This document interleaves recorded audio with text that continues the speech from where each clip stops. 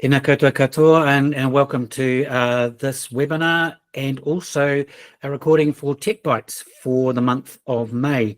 I'm Craig Young, I'm the CEO of TUANZ, and it's my pleasure to be here with you today talking about the report that we released this morning, the fifth year in a row that we've done this, Aotearoa's digital priorities in 2025. And I want to say at the start, I want to thank my partners in this. I want to thank the Tech Leaders Executive Group, which is now a fully part of TUANZ, and we've got Stuart Wakefield here, who's the co-chair.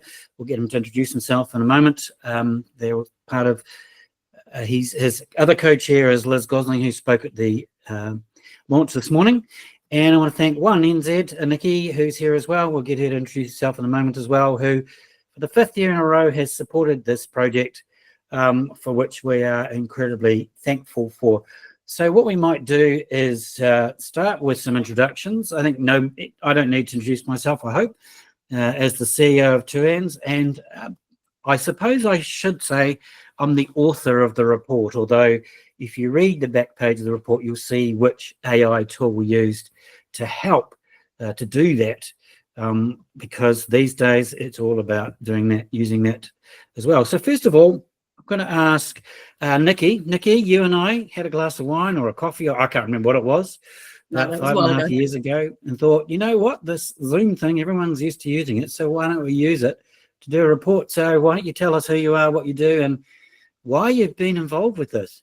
Thank you, Craig. So kia ora all, ko Nicky Preston Takawingawa. I'm Head of Sustainability and Corporate Affairs here at One New Zealand.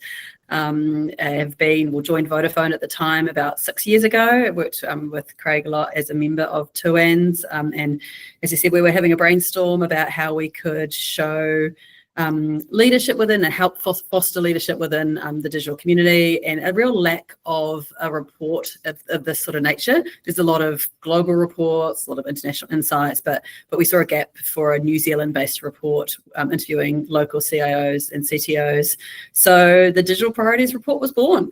So yeah, as Craig said, fifth year running. I think every year it gets bigger and better.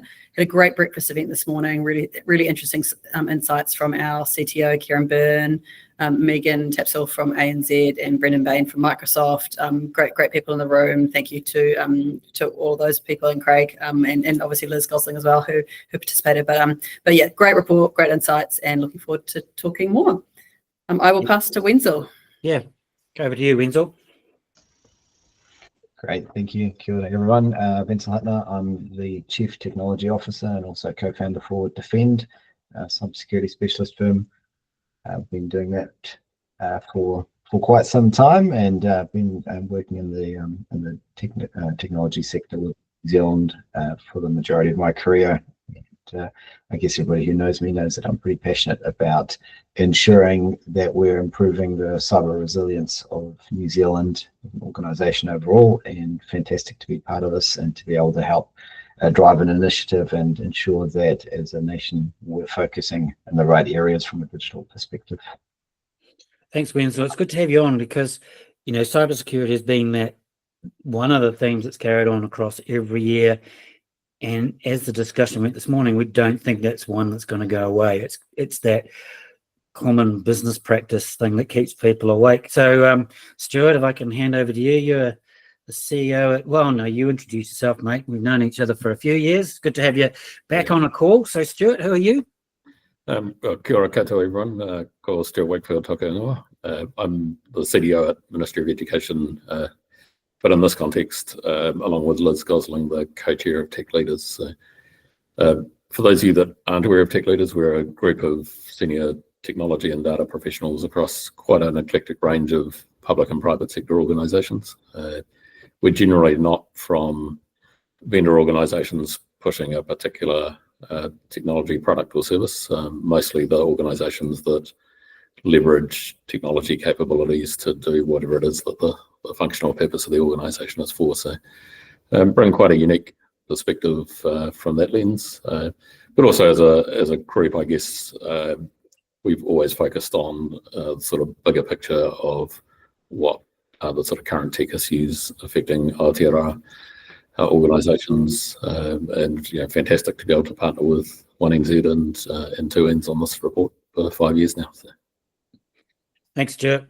Looks like you and I went to the same barber this week. So for those of you who can't see it, it's a very good haircut. Look, I wanted to get started on the report and talk about it. So I'm going to go through a little bit of introduction around the report, what we found, just to set the scene. Then we're going to have a conversation between the four of us. If you'd like to ask questions, those of you that are joining us live, you're more than welcome to. There's a Q&A function in Google Meet that you can do that. And so we'll be able to take those questions as we go. We'll get Stuart to finish up, and then we'll talk about what's coming next. But let's just get cracking into the report. And now, when you get the report, and you can get it on our website, I think several of us have put it up on LinkedIn.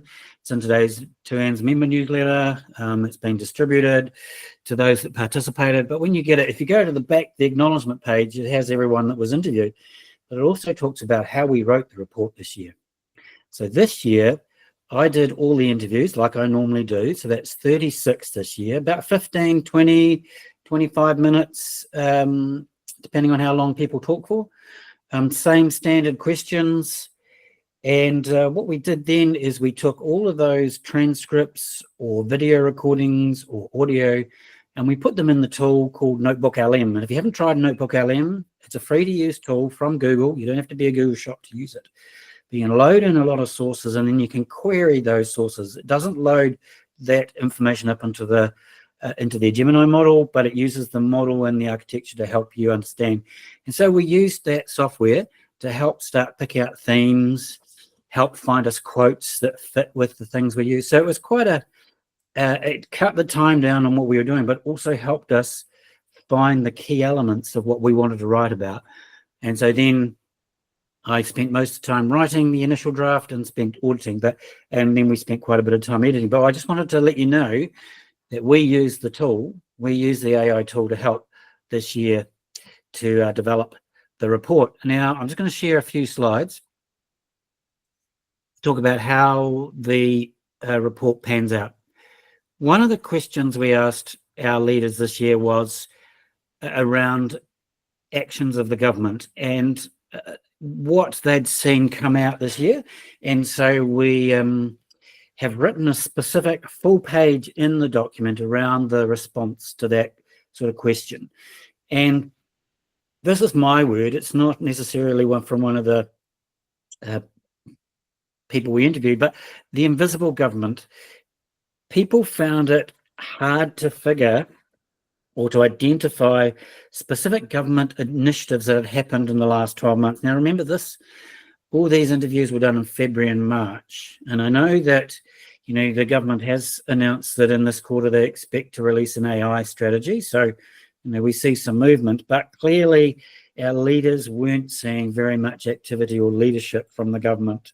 And they feel like the shifting priorities, the fact they've given technology portfolio to someone who's incredibly busy, and now we've got two of those, second ministers also very busy, that digital technology slipped down the priority list, and it's a real missed opportunity. And so, the leaders are saying, we're really calling for more visible strategic action from the government. It's not necessarily money, but it's leadership. Because government plays such a big part in everything we do, our members understand that the private sector has to do quite a bit of the heavy lifting, but it needs to be partnered with the biggest part of, with government. And so it's not just that space, it's also about developing a well-defined long-term bipartisan messaging and strategy.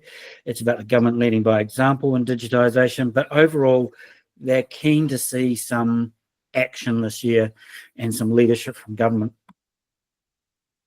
Secondly, same as every year, we've looked at a couple of overseas measures to see where we fit.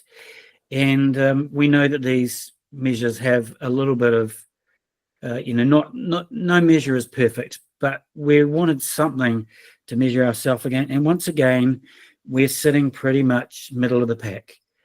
And we asked all our leaders, on a score of 0 to 10, 1 to 10, where they think New Zealand fits in digital innovation, and the median and the mean comes out at about 6.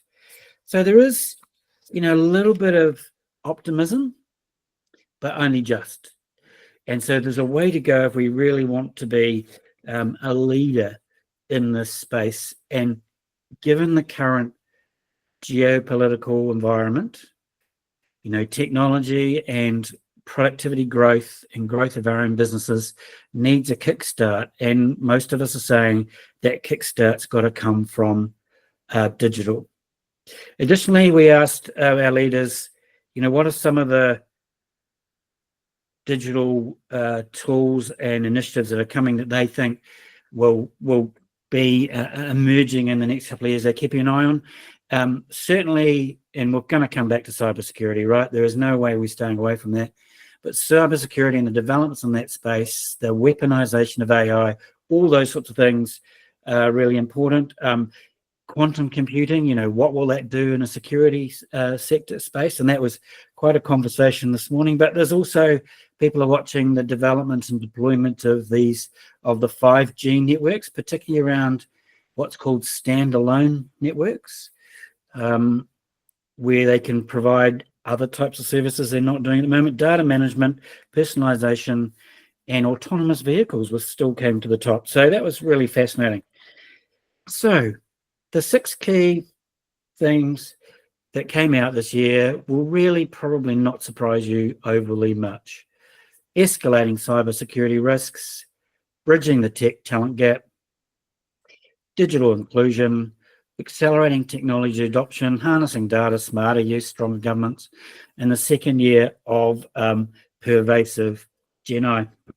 So that's pretty much the report as it stands and the topics that we're going to cover today. So I'm going to go around the panel to start with, and I'm going to start with Wenzel. And look, I'm going to ask you, you've seen the 6 priorities. We sort of have listed them in the ranking that sort of feels about right. But Wenzel, if you were to look at that in that list, where do you think, we've got the biggest opportunity or the biggest risk at the moment? Perhaps I'm biased when I say cybersecurity is the biggest risk, but no, look, I think cybersecurity is a pervasive risk, and one, like you said earlier, is not one that's going to go away anytime soon, and something that we need to consider as part of everything else that we do.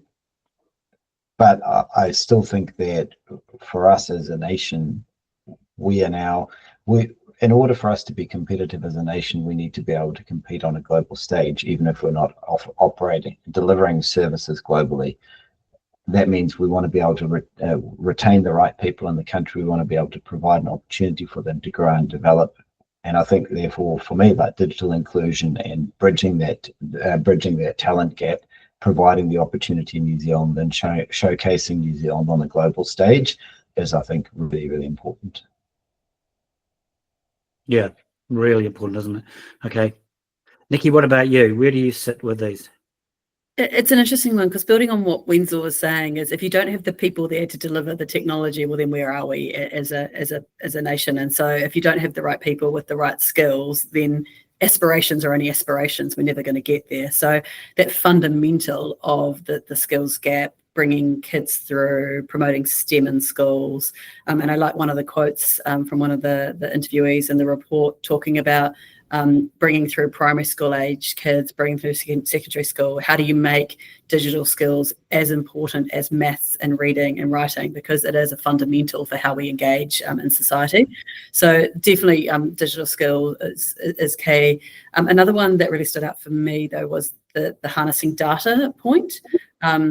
And I think we talk a lot about AI, we talk a lot about the potential for AI to revolutionize, but at the fundamental level, again, if the data isn't right there, if it isn't clean, if it's sort of the garbage in, garbage out piece. So for us as a nation and as industry players, around making sure that we have the best possible quality data with the best privacy and security and every other framework around it to protect it from threats, that will then help us to thrive. So things around that data, particularly from digitalising government and some of those approaches that are underway and have been underway for a long time, but it's a big challenge, and you can see that coming through in the report as well. Yeah, look, can we stay with you for a minute on that data one? Because your CIO this morning, Kieran, mentioned one of the things that he felt that the report didn't pick up on was the growth of cloud computing. But then later in the presentation, he talked about the different types of data and where you want to put those. Do you want to just explain a little bit more about where he was coming from on both of those?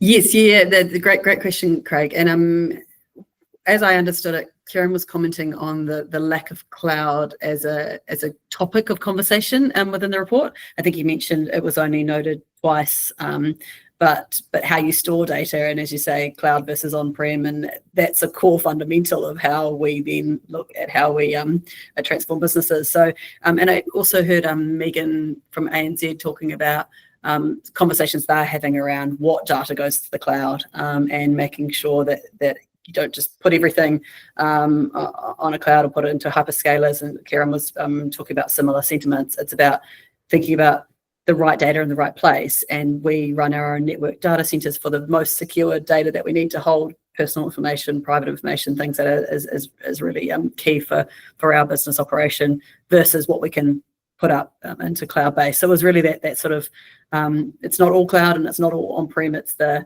data in the right place conversation is what I took away from today and in parts from the report.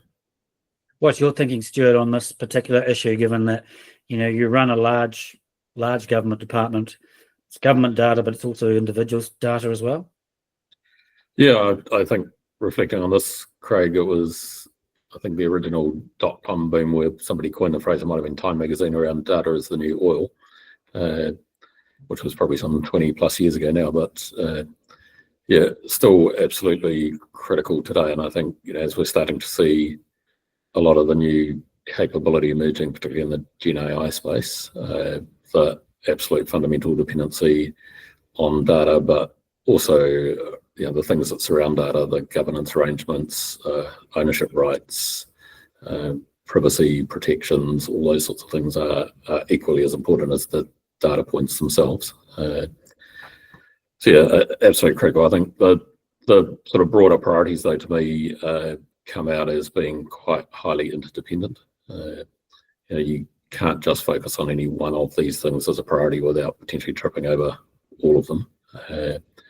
So, you know, the tension, I guess, between taking advantage of new capabilities, whether they be Gen AI or cloud computing or any of the other things discussed in the report, without paying attention to things like data governance and cybersecurity and access and availability of talent and skills that make all of this work. I think, to me, there's quite a complexity there in terms of the interdependency between all of these 6 things that are in the report.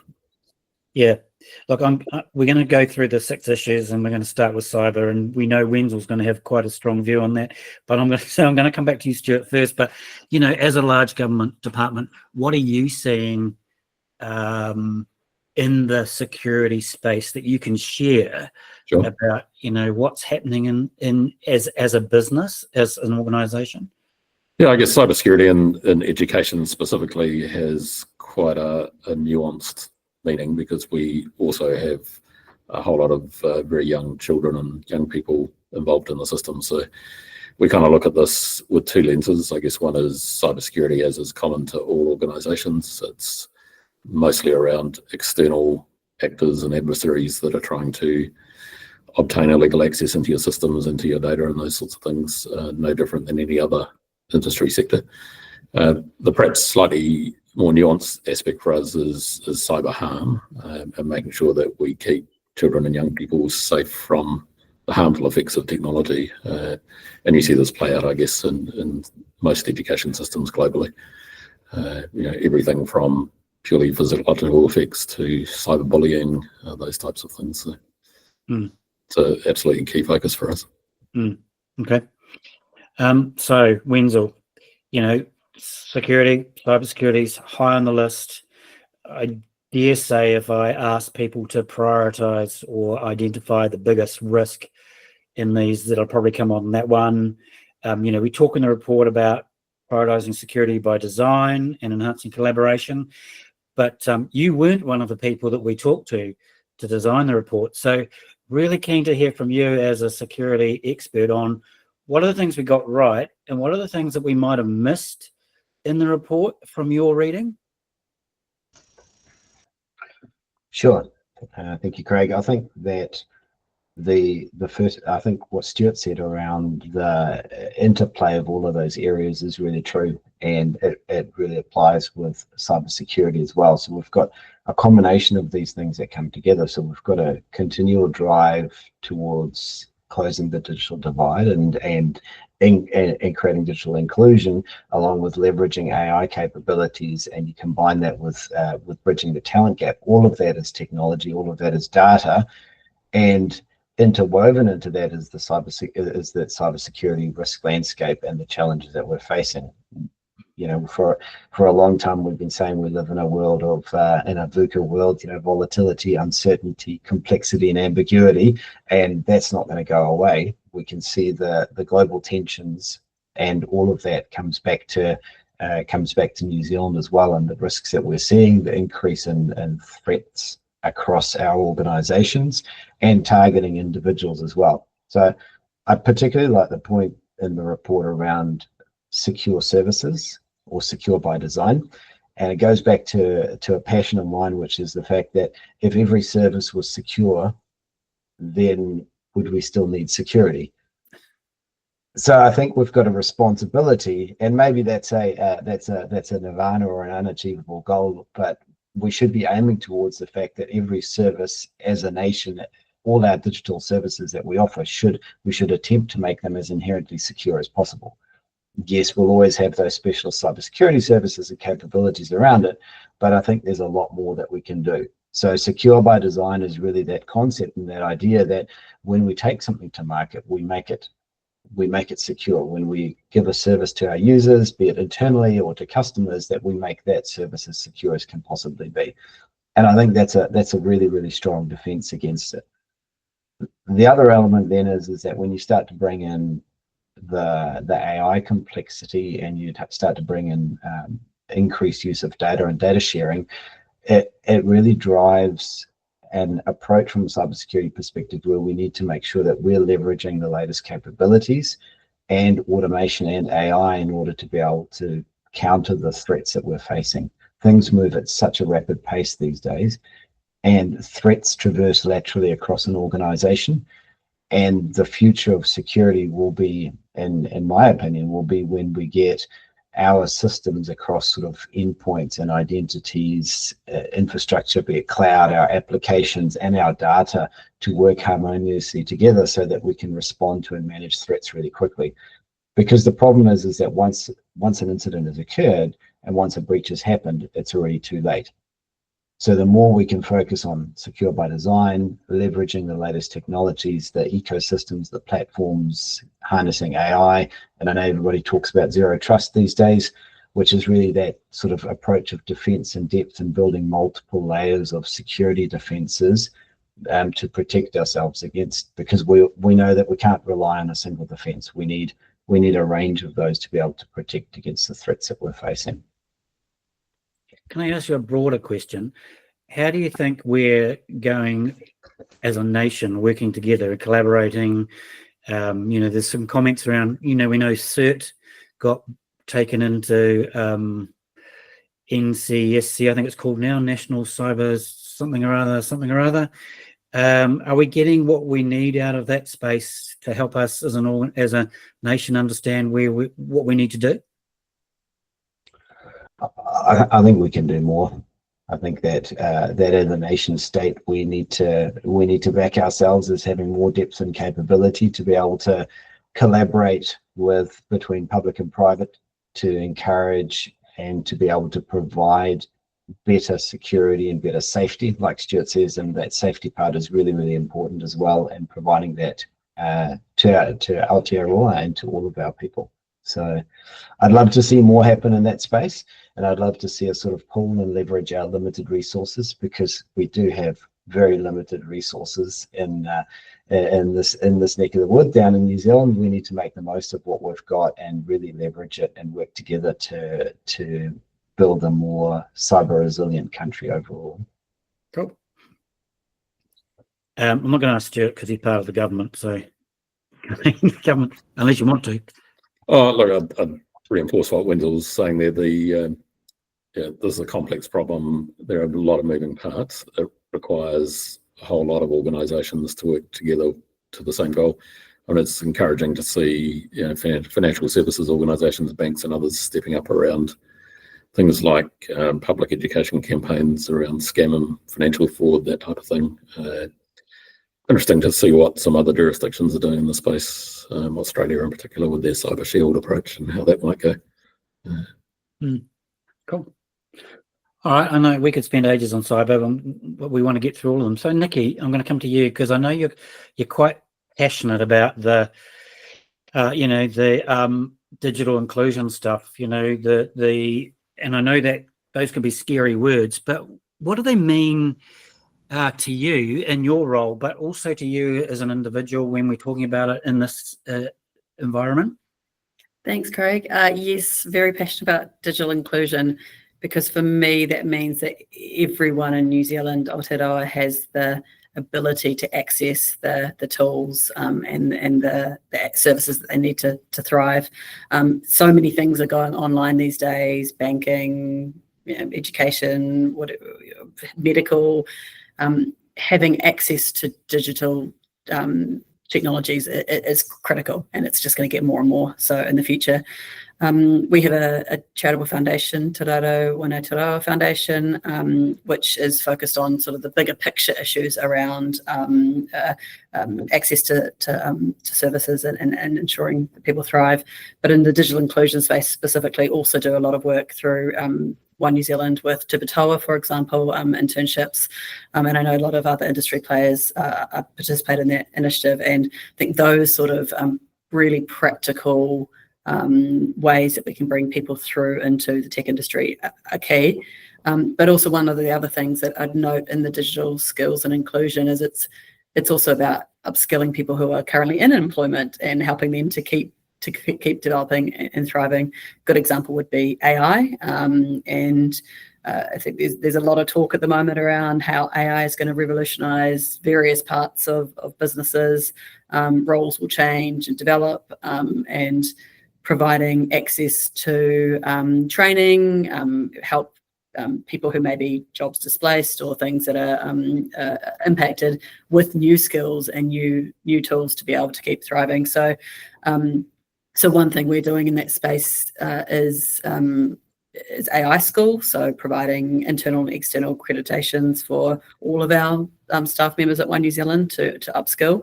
But we're also, as well, on the flip side, through our foundation, Te Raro, actually doing some workshops in Invercargill this week around upskilling our community partners to use AI. And so a couple of our experts are going down, and we're going to be running some hands-on workshops to teach community partners how free tools can help with productivity. So I've sort of covered a lot in that one space, sort of got to touch on a bunch of different things. But for me, digital inclusion is so many things, and I could talk about that for an hour, but I think those are some of the key parts that come through. And of course, what I was talking about before around school and education and bringing kids into the sector.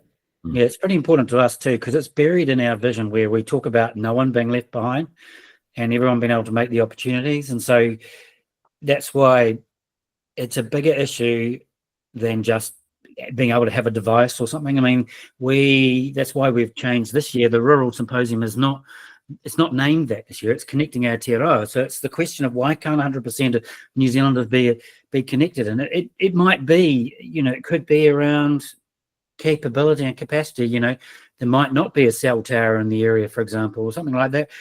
Or it could be that they just can't afford the device, and with 3G being switched off, people have to change those things. Maybe they can't afford a plan. It may be that they've got other priorities. It could be that they just don't understand how to use the technology. So it is a really broad issue. And Stuart, I know you're pretty passionate about equity and inclusion. Well, it's part of what you need to do in your job as well, the Ministry of Education. But what do you think is happening in that space that we ought to be keeping an eye on? I think, absolutely, it's important, and probably in particular in public sector where you're a sort of mandatory or monopoly service provider with a universal service obligation. As you take services to digital only, you have at least an obligation to bring all all of your citizens and customer base with you. That also applies to many private sector examples. I mean, banking again would be it's a central service where practically you need to be able to use online banking for many of the things that you do day to day and transactionally. So I think firstly it's a shared problem across public and private sector.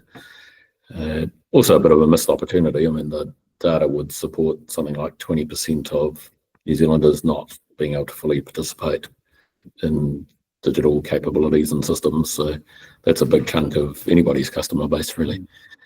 I think the focus understandably tends to be on devices and internet access as sort of the basic prerequisites to participate, and that's pretty logical. But I can see that frontier shifting, particularly around, I guess, the widening gap we are starting to see between free access to AI and paid for access to premium AI capabilities. Even if you solved the access to the internet and device issue for all New Zealanders, you will start to see a much more widening divide around access and capability to tools for which there is a premium price that gives you access to more advanced capability. I think that'll be the next frontier for us in digital inclusion. That's an interesting one, because there was some toing and froing this morning between representatives of those that sell the technology and those that buy it in bulk, in particular, about the rising costs of licensing for certain technologies, etc. I don't want to really get into it, but that is in the report. It talks about one of the barriers can become pricing and cost of things. Yeah, I think the one thing that's reasonably clear to me is the current business model for Gen AI is not sustainable. You look at the investment and cost going into build and run these tools. While they're in the sort of race for market share and training the tools, a lot of these tools are being provided for free. I don't see that being the long run sustainable model for the providers. So hence the concern, I guess. Let's go to Gen AI. In today's members newsletter went out this morning, I stole a graphic from an article on the top 20 AI tools being used around the world. Number one by significant way was ChatGPT. So, it's almost becoming a verb, not quite, but almost, ChatGPT. But the second one, so surprising, was Canva.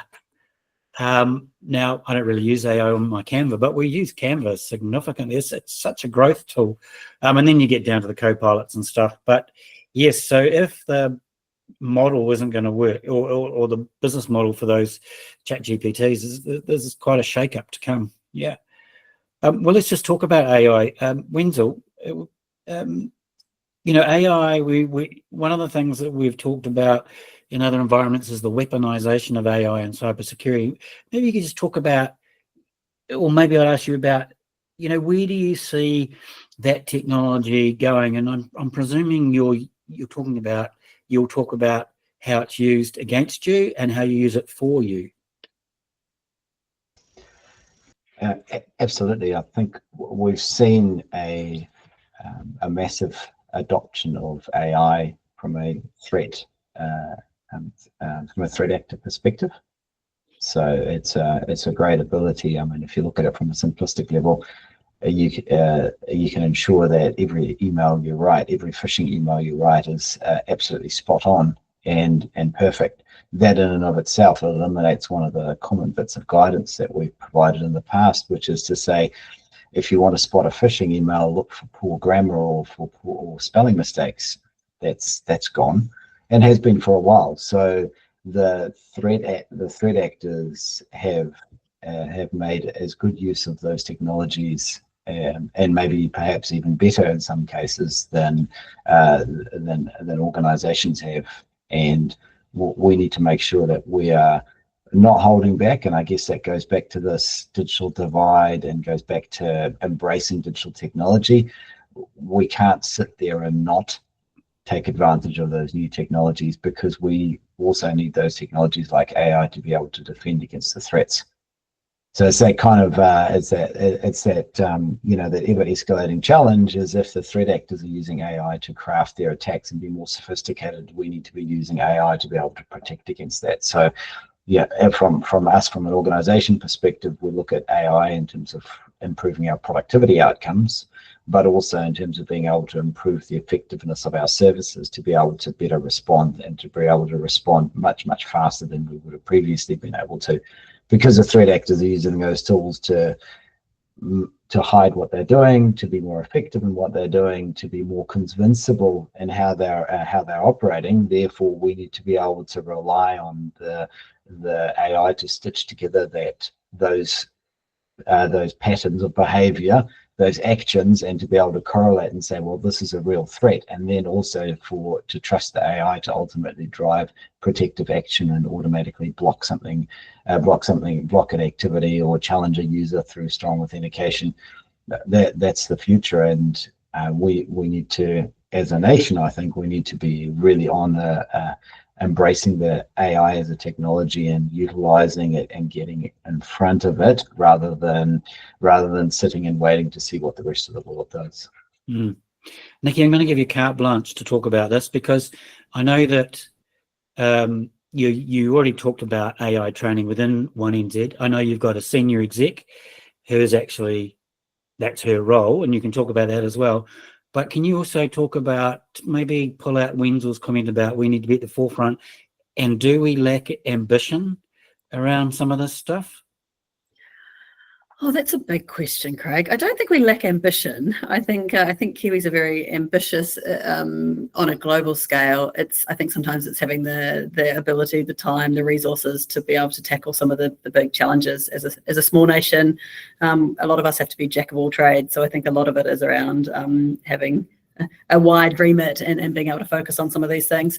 But in terms of AI and scams and fraud, I was just thinking, as Wenzel was talking, about a use case that we've developed within our business, using AI proactively to see if we can keep our customers safe. So just a summary is we're using an AI tool to detect scam voice calls and trying to block them in real time. So in 6 months, we've stopped around 3 million scam calls from reaching our customers. So you wouldn't even know that it's working on the background, but we're looking at threat detection. How do you stop it from even reaching our customers? So that's on voice calls. We're looking at text messages. And as Wenzel was saying, I mean, we're constantly getting, the actors are getting more and more sophisticated. So we have to, in turn, keep becoming more sophisticated. So we have teams of people working on these sort of solutions. Also working in conjunct with other industry players. Obviously, the Telecommunications Forum does a good job of keeping the telcos working together, sharing information when scans come up, so we can help to collectively get on top of it. And likewise, working in conjunction with the banks as relevant, so we can protect customers from these the barrage of threats that do keep continuing to come in. So a lot of work there. A lot of effort, but it's one of our team explained to me is it's a bit like whack-a-mole. You know, you get one, another one pops up, and you're constantly playing whack-a-mole. Each time you become more sophisticated, the bad actors become more sophisticated. So I think a lot of it is it's a resourcing challenge, and as you said, it's never going to go away. I think it's a pervasive thing that we are just going to have to keep innovating. Crime has been around since ever, so that it's just another form of online crime. But as you said, we've got a data and AI director now. She's been in the role, I want to say a year, maybe it could be even 18 months. Sort of time gets away with me at the moment. But Summer has got a great team and working in conjunct. And how it's set up is a cross-functional support team. So working with business unit partners to find use cases like the scams and fraud one, or how do we make it easier for our customers to, if you're an enterprise, add or take away people from your account, or sort of basic tools that at the moment need someone to actually physically do these things. You can use AI processes to productivity, to enhance productivity, and then free us up to do those higher value work that everyone, I think, finds more interesting and stimulating. So that's probably how I would address that one. Definitely not a lack of ambition, but maybe a challenge in terms of getting to those big priority issues. What do you think, Stuart? Being in a large government organisation as well? Oh, no, I think, well, firstly, the advent of sort of more generally available generative AI tools is an absolute boon for the bad guys, for the reasons that Wenzel and Nicky have talked about. They're quite sophisticated organisations. They're quite sort of business-like and entrepreneurial in their own respect. And it's always been a bit of a numbers game, I guess, for a lot of these social engineering and phishing and voice calls and those sorts of things. But the ability to do mass personalisation and quite sophisticated reach out for social engineering, we're just seeing that at massive scale all over the place. It feels like a bit of an arms race that is quite asynchronous, and we're ultimately on the losing end of. So I think we need to be thinking about some of the things that Wenzel's talking about. How do we actually harness these technologies on our side of the fence to automate and scale up more cost effectively than spending more time and money and more people thrown into the front line of this. I think public education and user education has got to be a key component. As Wenzel talked about, it's not as easy as sort of spotting the obvious grammatical errors and spelling mistakes and fuzzy logos anymore. These are very polished, very sophisticated attacks that you would be hard pressed to tell from the real thing. And it's not just an email, it's the rise of voice calls and the use of AI, sort of deep fake technologies. Trying to distill authenticity out of this is going to be the new challenge for us all in both our professional and personal lives, I expect. Yeah. I had to laugh last night. I was watching the news, and there was a clip around financial security and the police were talking, and we might even be, I haven't checked the report, but we all use stock clip of what we think is a hacker sitting in a computer fiddling with code, and it's so not necessarily the way that people get into our businesses, is it? There are other things. I mean, these guys are sophisticated criminal enterprises with a bigger franchise network than Subway, and they'll rent their capabilities out. Yeah. Just while we finish this conversation about Gen AI, we did an event in Christchurch 2 weeks ago with our future leaders, and one of the best use cases I've heard was a guy who has been doing this for several years now, has a furniture moving business where he moves people within retirement villages or in and out of them, and he has his staff taking photos of the truck, taking photos of the furniture, and asking how to stack it and fit it in the truck. And I thought, wow, that's a really interesting use case I've never even thought about, So, yeah, look, I know time's getting away from us, but I do want to talk about digital skills. And I want to talk about digital skills. It's a theme that regularly shows up. It's been coming through, and I've said to people 2 years ago, we were talking about immigration settings, but very much we're talking about homegrown talent now. And so I want to ask all three of you, what should we be doing, or what could we be doing as a nation and as organisations to encourage more people to start thinking about learning and developing skills in this area? Nicky, you already started in that space, so I'm going to throw to you because it's a passion of yours, I know. But I'm going to ask you all, so you go first, Nicky. I have a toddler. I have a almost 3-year-old, and I actually think about this a lot around how do I get her to be thinking about education. And so, I think it just starts fundamentally, in kindies and schools, and how do we just make the need to know what basic coding is and how to look at some of these bigger technologies. It's just even the possibility that it's a thing. And I think, so for me, it's that fundamental. It's starting as early as you can, and then capturing people along the way. Okay, Stuart, you're in education.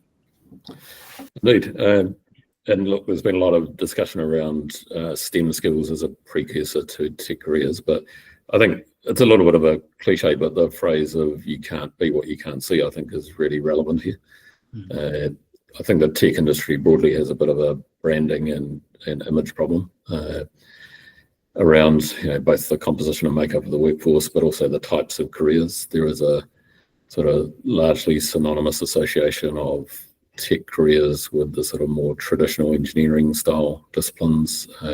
Actually, tech is a wonderfully diverse industry that requires skills and capabilities from engineering through to quite creative, user-focused and people-centric pathways. So I don't think in broad terms as an industry we've done a great job of telling that story. I think there's a lot more we need to do broadly as an industry in this space.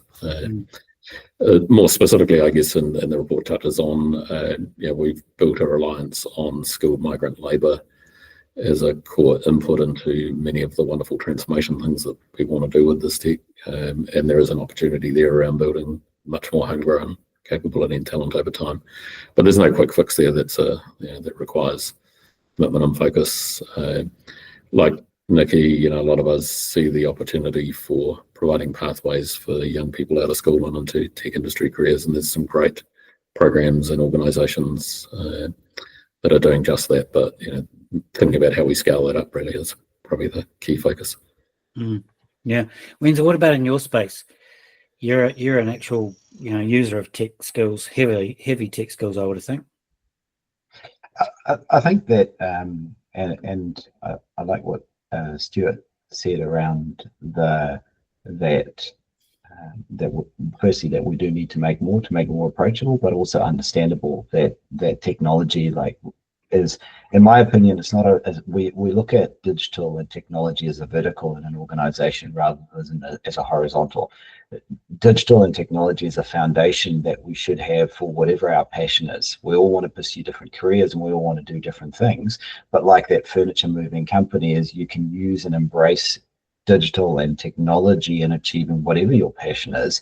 And I think that's the mindset and the mentality that we need to communicate. And a lot of it comes to showing that in the home as well, that showing your children the use of digital and technology and embracing it, and not saying like my father used to say, I'm too old to understand that, and leading with that conversation, and then getting industries involved and making it clear that there is a lot of different things you can do. There's a massive world of opportunities in the digital technical space, and we need to be encouraging the younger generation to see the opportunities and the ability to both realize their passions, what they want to do, and then utilize technology to achieve that. Cool. Yeah, just one more thing on that one, if that's okay, because I've talked a lot about kids coming through, but I do want to re-emphasize as well the point around there's a lot of people in our workforce today who are in jobs that could easily, to the point around technology is not just engineering. There's so many people who you could encourage into other pathways, particularly as the world is changing. And so I think the responsibility for businesses to help employees and also provide those tools and experiences and options for people to move laterally within organizations as well, or within so I think there's sort of those two things. It's the getting people through, but it's also how do we mobilize our current workforce into new roles, and provide the frameworks and the opportunities. You don't have to have all of the skills straight away, but learning on the job sort of training. Cool. I'm going to wrap the conversation up, but what I'm going to do is give you a question that I want you to think about while Stuart and I finish our comments, and then I'll come back to each one of you. And that question is, as we close up, give us 3 words to express how you're feeling about New Zealand's digital landscape in 2025. Stuart, do you want to say anything else about the TechLeaders group? I think I covered that in the intro, Craig, but look, if your organisation wants to be a part of TechLeaders, reach out to Craig. It is primarily focused at the sort of senior technology or data professional within the organisation, but not restricted by title or anything like that. So if you've found any of the things in the report resonate with you or the hui today, then reach out and we'd love to have a conversation with you. It's a little bit like the other end of the spectrum from our Future Leaders program, right? Yes. I shouldn't say that because we don't talk about age or anything like that, but maybe we'll talk about experience and where you end up. And I just wanted to mention, I already did, about connecting Aotearoa. It is the 21st of May in Hamilton. It's going to be a great day. If you have a look at our website, it's got lots in there about the program. We've got international people, and we're going to be covering a wide range of topics about, addressing the question of why can't 100% of New Zealanders be connected. So 3 words to express how you're feeling about New Zealand's digital landscape in 2025. And yes, I stole this question from somebody, and so I'm going to get her to answer it first. Nicky. I asked this question this morning at the event, and I didn't think it'd be turned on me. So, but no, good one, Craig. I would say optimistic. I think there's a lot of potential for New Zealand. I'd say a little bit of trepidation around how things and sort of the cybersecurity piece. I think there's supposed to be a little bit of a trepidation, I guess, in terms of what's next. But more broadly, just so excited about the potential for growth within New Zealand. So those are my three. Okay, I'm running in alphabetical order. So Stuart, you're next. Rather than 3 individual words, I'll go with a 3-word statement, which is harnessing untapped potential. I think really sums up for me what the report is all about. Cool. And Wenzel, the last word goes to you. Or last 3 words, sorry. The last 3 words. Yeah. Thanks, Craig. I think I echo the other, what Nicky and Stuart have said, that opportunity and potential, I think, is, I'm really excited about the opportunity and the potential we have, and that working in partnership and being inclusive in our approach is the way to address that challenge. We've got everything that we need here in New Zealand, and Aotearoa has got a lot of potential to offer, both to its people and to the world, and we just need to work together to harness that. Amazing. Look, I want to thank Wenzel from Defend. Thank you for joining us today from Hamilton, and Stuart from Wellington. Thank you for your work that you do with not just the ministry but also with tech leaders. And Nicky, thanks for being part of the panel. You probably didn't think you were going to, given that you're the one supporting the program, but it's been great to have you